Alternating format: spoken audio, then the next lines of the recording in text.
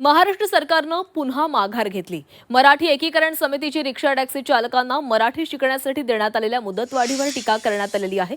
मतांसाठी राज्याला वेठीस धरलं जातंय, या निर्णयाविरोधात आंदोलन करणार असं मराठी एकीकरण समितीनं इशारा दिलेला आहे। आज ही स्थगिती दिली आहे, 1 वर्षाची मुदत जी दिली आहे, आम्ही याचा धिक्कार करतोय, आपला निषेध करतोय।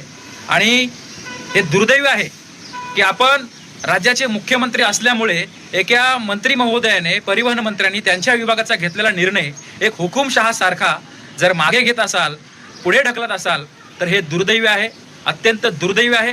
आपलं आयुष्य हे पूर्णपणे मतांचं गणित मांडण्यामध्ये गेलेलं आहे। फक्त निवडणुका डोळ्यासमोर ठेवून, उत्तर प्रदेशच्या आता येणाऱ्या निवडणुका डोळ्यासमोर ठेवून आपण हा निर्णय घेत आहेत। आम्ही याचा निषेध व्यक्त करतो आणि हा निर्णय, हा जो कायदा आहे, हा तात्काळ लागू झाला पाहिजे। यासाठी आम्ही बहुसंख्य मराठी माणसं या 2 दिवसामध्ये रस्त्यावर उतरणार आहोत।